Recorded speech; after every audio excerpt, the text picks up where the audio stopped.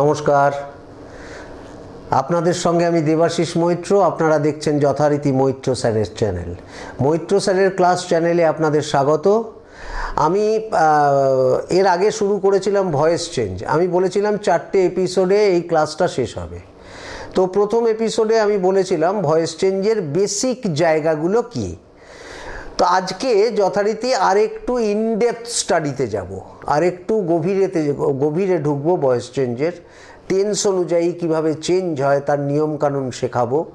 তো তার আগে একটা কথা বলে রাখি, এই চ্যানেল যদি আপনাদের ভালো লাগে তাহলে আপনারা নিশ্চয়ই চ্যানেলটিকে সাবস্ক্রাইব করবেন, লাইক করবেন, প্রয়োজনে কমেন্টও করবেন। তাহলে আমি উৎসাহ পাবো আরও নতুন নতুন কন্টেন্ট আপনাদের জন্য তুলে ধরার জন্য।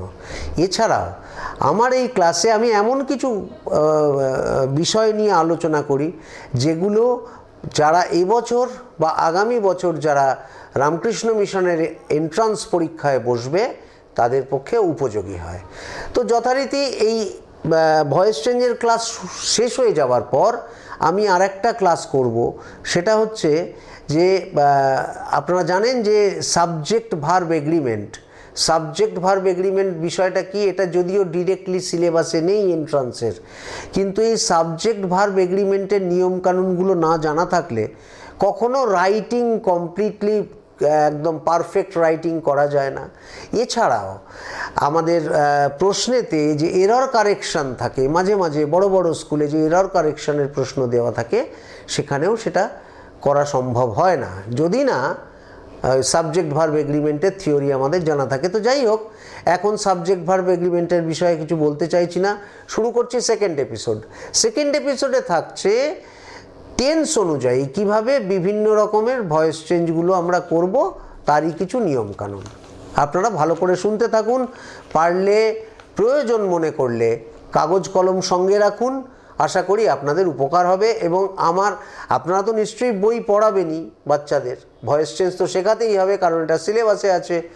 পাশাপাশি যদি আমার এই ভিডিওটা আপনারা শুনে তার থেকে নোটস নিয়ে রাখেন, তাহলে আশা করি আরও উপকার হবে ছেলে মেয়েদের। যাই হোক, এবার যেহেতু আমি বলেছি টেন্স ওয়াইজ ভয়েস চেঞ্জ শেখাবো, ন্যাচারালি তার ফর্মুলাগুলোও বলবো।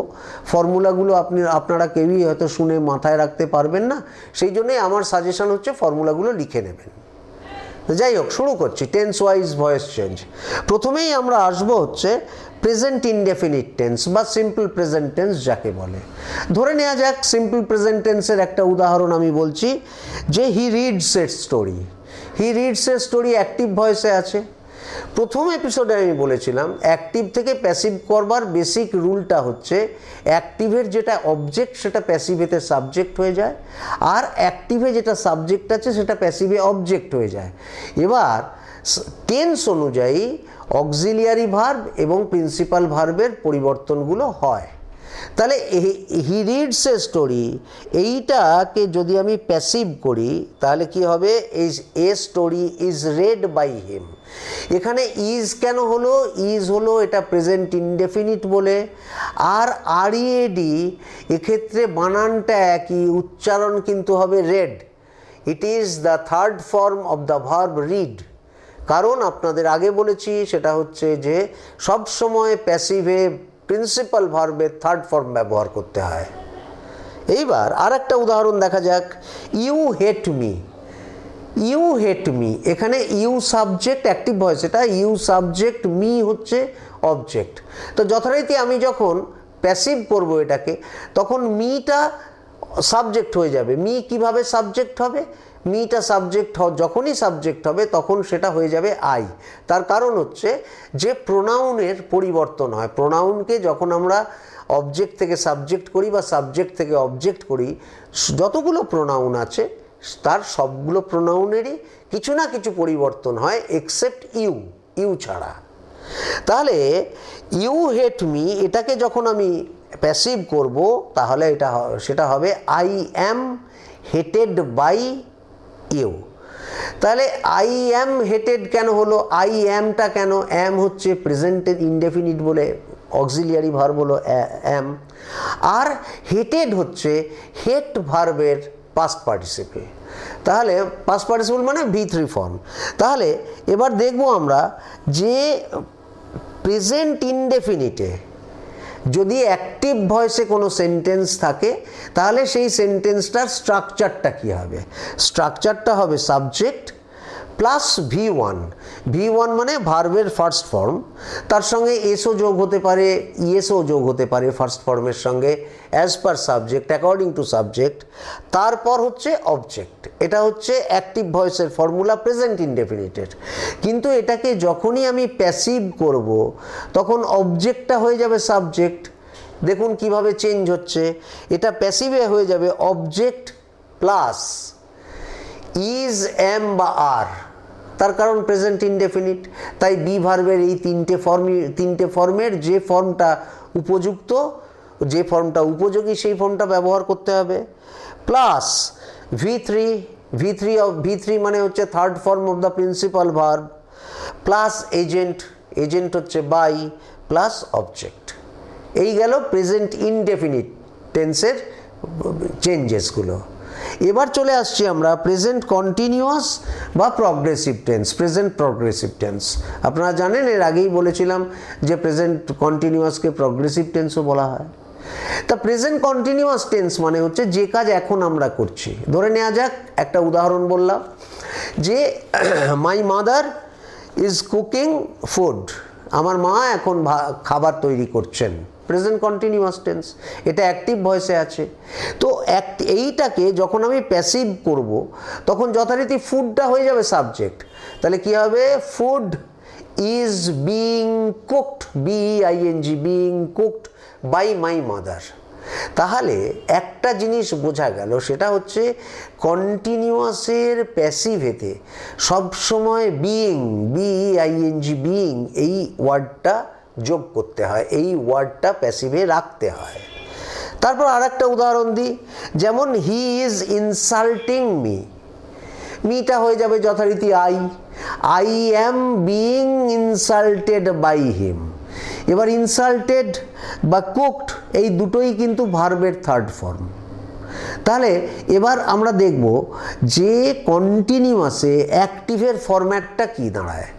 প্রেজেন্ট কন্টিনিউয়াসে অ্যাক্টিভের ফরম্যাটটা হয় এই রকম, subject plus is, am, are plus ING। তার মানে ING মানেই তো continuous tense, progressive tense, plus object. আবার এটাকে যখন প্যাসিভ করব তখন অ্যাক্টিভের অবজেক্টটা প্যাসিভের সাবজেক্ট হয়ে যাচ্ছে। তাহলে আমি কি করব? Object plus is, am, are plus being, BEING, being plus V3 plus agent plus subject. এই হলো প্রেজেন্ট কন্টিনিউয়াস টেন্স। এবার আমরা চলে আসব প্রেজেন্ট পারফেক্ট টেন্সে। কারণ present perfect continuous, past perfect continuous এবং ফিউচার পারফেক্ট কন্টিনিউয়াসের কোনো প্যাসিভ ভয়েস হয় না। এটা আমি আগের দিন বলেছিলাম এবং প্রথম এপিসোডে এটাও বলেছিলাম যে ফিউচার কন্টিনিউয়াসেরও কোনো প্যাসিভ ভয়েস হয় না। এটা কিন্তু ফিউচার কন্টিনিউয়াসের প্যাসিভ ভয়েস হয়, কিন্তু তোমাদের যা স্ট্যান্ডার্ড, তোমাদের যা শ্রেণী, সেই শ্রেণীর ছেলে মেয়েদের জন্য আমরা বলে থাকি যে ফিউচার কন্টিনিউয়াসের কোনো প্যাসিভ ভয়েস হয় না। দেখা যাক, ফিউচার তো পরের ব্যাপার। এবার আমরা আসি পাস্ট। প্রথমেই হচ্ছে সিম্পল পাস্ট বা পাস্ট ইনডেফিনিট। তো পাস্ট ইনডেফিনিট কি না? পাস্ট ইনডেফিনিট মানে এনিথিং ইন পাস্ট টেন্স। যাই হোক, যেমন I did it, he did it ইত্যাদি হচ্ছে পাস্ট ইনডেফিনিট।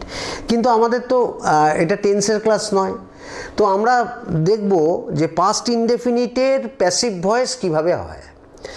দেখা যাক, প্রথমে একটা উদাহরণ দেখি। প্রথম উদাহরণ হচ্ছে যে I saw a lion in the forest, আমি জঙ্গলের মধ্যে একটা সিংহকে দেখেছিলাম। তো এখানে একটা প্রোনাউন আছে আই, আর কি আছে? আর তো কোনো প্রোনাউন নেই। কাজেই এটাকে যখন প্যাসিভ করব তখন প্যাসিভেতে আইটা হয়ে যাবে মি, আর আই অ্যাক্টিভে আছে সাবজেক্ট, প্যাসিভে হয়ে যাবে অবজেক্ট। তাহলে প্যাসিভে সাবজেক্টটা কি হবে? প্যাসিভে সাবজেক্ট হবে দ্য লায়ন। তাহলে I saw a lion in the forest, এটাকে যদি আমি প্যাসিভ করি তাহলে হবে হচ্ছে a lion in the forest was seen by me. এবার আমরা একটু দেখে নেব যে পাস্ট ইনডেফিনিটে অ্যাক্টিভ ভয়েসের স্ট্রাকচারাল ফর্মুলাটা কি। পাস্ট ইনডেফিনিটে অ্যাক্টিভ ভয়েসের স্ট্রাকচারাল ফর্মুলাটা হচ্ছে সাবজেক্ট প্লাস ভি টু মানে হচ্ছে past tense of the principal verb plus object. কিন্তু যখনই এটাকে আমরা প্যাসিভ করব তখন কি হবে, তখন হয়ে যাবে অবজেক্ট প্লাস ওয়াজ বা were plus V3 plus agent plus object. একটা উদাহরণ আপনারা দেখলেন, আর একটা উদাহরণ দেখা যাক, তাহলে ব্যাপারটা একটু সড়গড় হয়ে যায়। আর একটা ধরুন, I did not help him.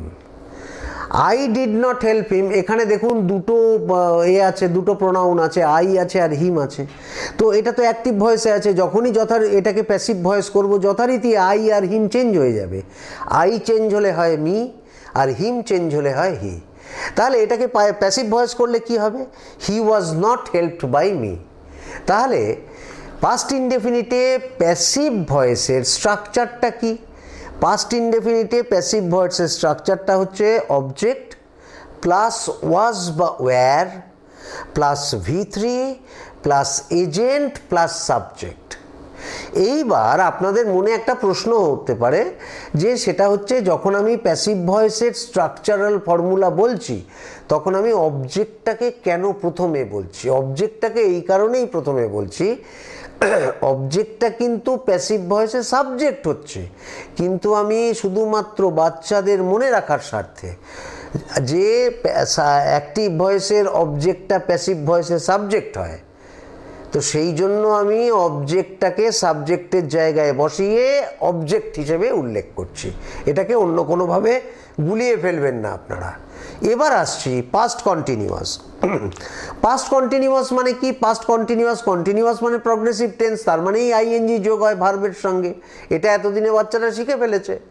তো পাস্ট কন্টিনিউয়াসের উদাহরণ যদি বলি যে আই ওয়াজ টিচিং দেম, এক্ষেত্রে আই একটা প্রোনাউন, দেম আর একটা প্রোনাউন, দুটোই প্যাসিভে চেঞ্জ হয়ে যাবে। আইটা হয়ে যাবে মি আর দেমটা হয়ে যাবে দে। তাহলে এটাকে প্যাসিভ করলে কি হবে? এটাকে প্যাসিভ করলে হয় they were being taught by me. তাহলে they were being taught by me, এই যে বিইং, এটা কিন্তু প্রেজেন্ট কন্টিনিউয়াসের বেলাতেও বলেছিলাম। এই বিইংটা হচ্ছে বি ভার্বের একটা ফর্ম। যেমন বি ভার্বের আমরা বলি 5টা ফর্ম মুখে, প্রেজেন্ট টেন্সে বলি 3টে, অ্যাম ইজ আর, তা কিন্তু নয়। Am is are be been being সব প্রেজেন্ট ফর্মের, প্রেজেন্ট টেন্সের আছে বি ভার্বের ফর্মে। তা যাই হোক, দেখা যাক আই ওয়াজ টিচিং দেম, এটাকে যখনই প্যাসিভ করছি তখন হবে they were being taught by us. তাহলে কন্টিনিউয়াস টেন্সের অ্যাক্টিভ ভয়েসের স্ট্রাকচারটা কি? সাবজেক্ট প্লাস ওয়াজ বা were plus V1 plus ING plus object. এবার এটাকে যখনই প্যাসিভ করছি হয়ে যাচ্ছে they were being taught by us. তার মানে হচ্ছে কি, অবজেক্ট প্লাস ওয়াজ বা were plus being plus V3 plus agent plus subject. খুব ইজি ব্যাপার। আরেকটা উদাহরণ দিচ্ছি, তাতে করে একদম ফর্মুলার সঙ্গে আপনারা মিলিয়ে নিতে পারবেন। যেমন হি ওয়াজ অ্যাবিউজিং মি। হি ওয়াজ অ্যাবিউজিং মি মানে হচ্ছে সে আমাকে গালাগালি করছিল। তাহলে এখানে দুটোই আছে হচ্ছে প্রোনাউন হি আর মি। হিটা হয়ে যাবে হিম, মিটা হয়ে যাবে আই। তাহলে এখানে প্যাসিভ ভয়েস করলে কি দাঁড়াবে? I was being abused by him. আসছি পাস্ট পারফেক্টে। পারফেক্ট কন্টিনিউয়াসের তো হবে না, আপনারা জানেন, আগেই বলেছি। পাস্ট পারফেক্টের বেলায় পারফেক্ট টেন্সের সম্পর্কে আইডিয়া থাকলে আপনারা বুঝতে পারবেন যে I had done it, past perfect tense. তো পাস্ট পারফেক্টের বেলায় কি বলবো? The peon had Rang the bell, RUNG, রাং মানে রিং ভার্বের থার্ড ফর্ম হচ্ছে রাং। The peon had Rang the bell. তো এইবার এইটা হচ্ছে active voice, the peon had Rang the bell. এটাকে যখনই আমি পাস্ট পারফেক্টে প্যাসিভ করতে যাব তাহলে কি হবে? The bell had been rung by the peon. তাহলে স্ট্রাকচারটা কি দাঁড়ালো? স্ট্রাকচারটা দাঁড়ালো সাবজেক্ট অ্যাক্টিভেট স্ট্রাকচার বলছি, subject plus had plus V3 plus object. পাশাপাশি প্যাসিভের স্ট্রাকচারটা কি দাঁড়াচ্ছে? প্যাসিভের স্ট্রাকচারটা দাঁড়াচ্ছে object plus had plus been plus V3 plus agent plus object.